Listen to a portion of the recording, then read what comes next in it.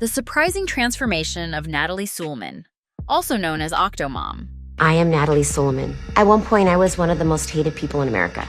I was OctoMom.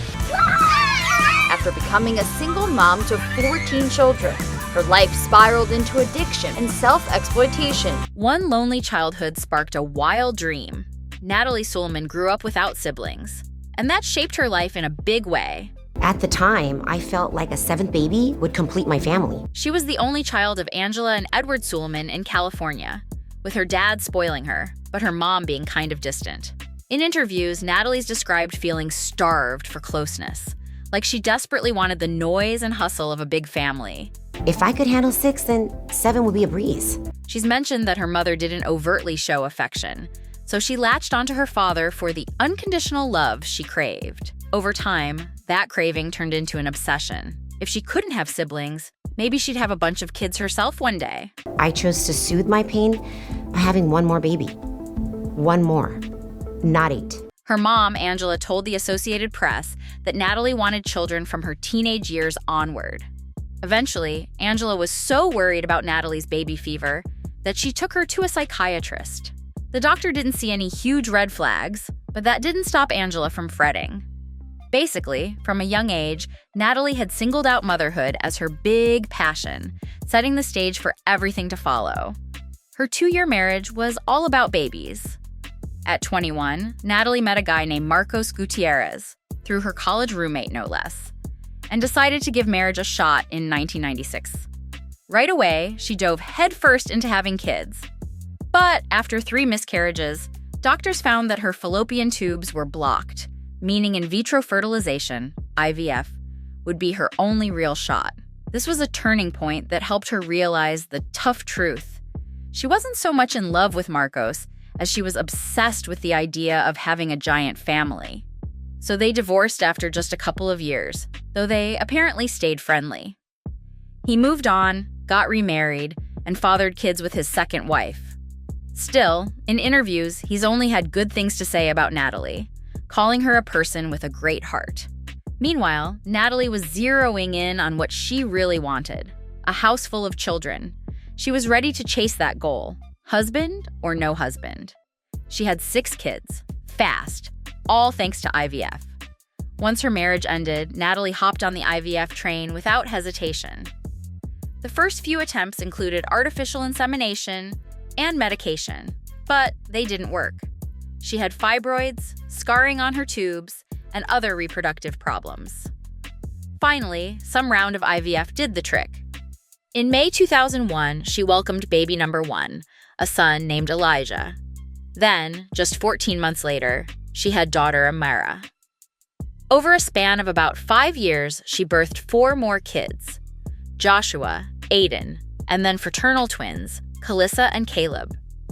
With 6 children under her belt, Natalie still wasn't done. She told NBC News that the whole process was complicated and draining, but also incredibly rewarding. As for who fathered the kids, she said the sperm donor was David Solomon, but admits that might not be his real name. They went on a single platonic date, realized they weren't compatible, and parted ways. But he agreed to donate when she approached him later.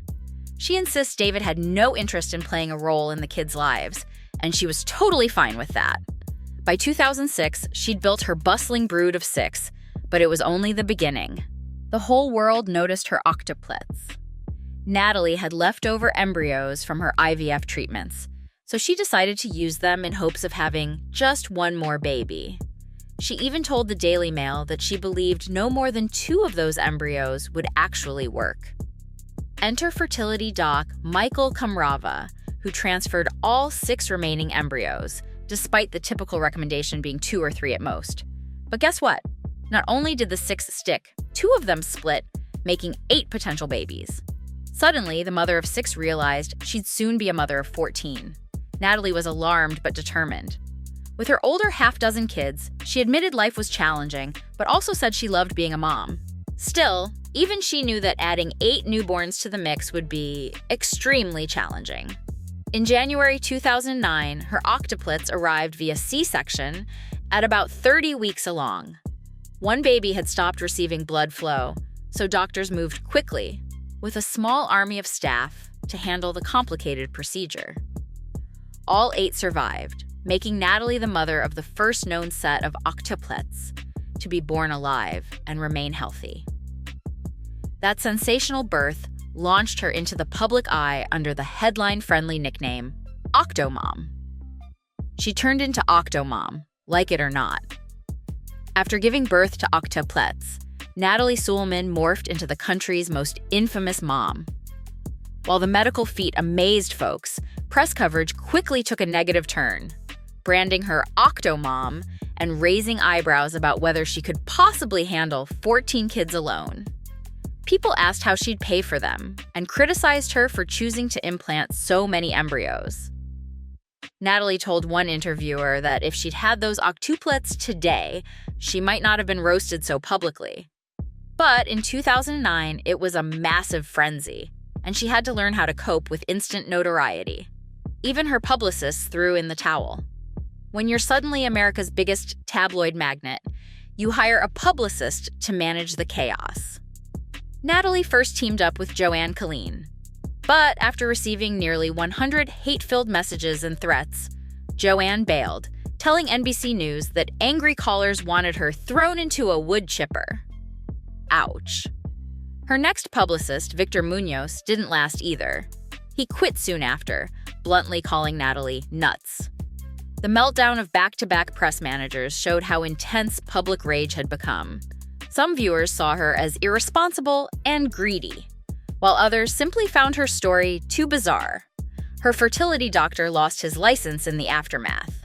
One big question: who on earth gave her 8 babies at once? That would be Dr. Michael Kamrava. Once the octuplet's birth made headlines, the media turned the spotlight on him. In 2011, the California Medical Board revoked Kamrava's license, ruling that he acted negligently by implanting 12 embryos across procedures. Natalie said it was 6 with some splitting, but the board considered his overall practice anyway. The board didn't label him a total outlier in IVF, but said he used poor judgment. Kamrava tried to get licensed again, blaming bad press, but never succeeded. Natalie later admitted she might have been wise to sue him, but felt too conflicted, since she wouldn't have her kids otherwise. OctoMom fell into bankruptcy.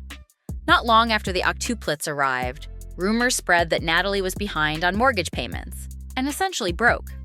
By December 2010, her house was at risk of foreclosure because she allegedly owed $450,000.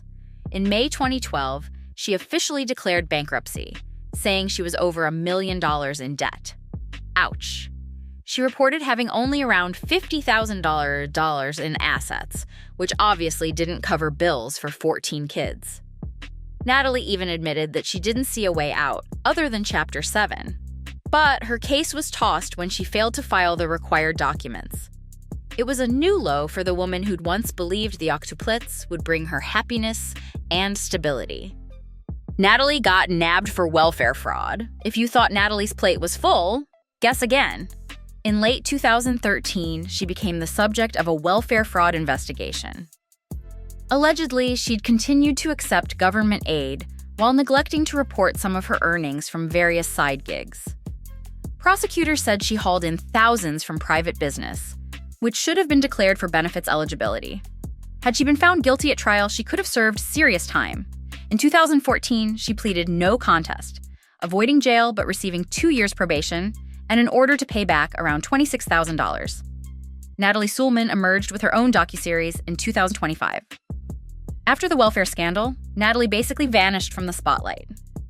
She told the New York Times she was raising her kids quietly, working as a counselor, and feeling relieved to ditch the toxic OctoMom identity.